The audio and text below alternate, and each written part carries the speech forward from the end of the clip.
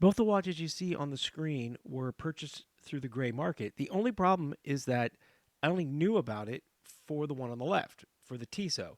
The one on the right, I had no idea. This is kind of shady. That's how I got burned. The gray market in wristwatches is not an illicit market. It's not a black market by any stretch of the imagination. What happens is that volumes and volumes of watches get manufactured, and the authorized distributors purchase, 1,000 of them or however many of them, but somehow the legitimately purchased watches that came out in bulk end up in the supply chain outside of the authorized distributor market and get resold for far less than manufacturer's suggested retail price. So that Tissot gentleman I got there was about $350, $300 less than its list price.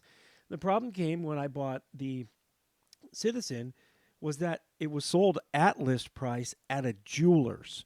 I was buying it as a gift for my wife, and I thought I would just buy one on the up and up, pay through the nose, have the full factory warranty, and then as I'm checking out, they're like, "We'll take care of the warranty." And on the way home, I realized that these scoundrels sold me a gray market watch at list price, and the warranty goes through them. It's the only difference between buying a gray market watch versus buying from an authorized distributor is that you don't get the factory warranty, even though you do get a brand new, beautiful watch made by that company.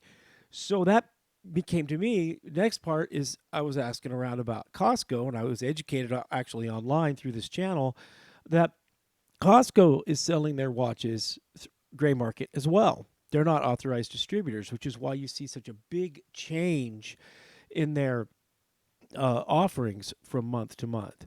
But when I was buying the gentleman, I decided to buy it, and I'm searching around the internet to purchase it, and I get an advertisement for Jomashop, and it's way less, and I toiled over it, but after doing internet research, it's a legitimate purchase, and the watch did break, and they did fix it, so it was no risk whatsoever. But just understand when people talk about the gray market, this is what they're talking about. And if you want to make sure you're not getting ripped off by some special deal, ask them if it has the factory warranty. Because if it doesn't have the factory warranty, then that means they're selling you gray market, and you should be getting a very, very deep discount, which is probably why these guys are able to afford this habit online. Thanks for watching. Please like, share, and subscribe.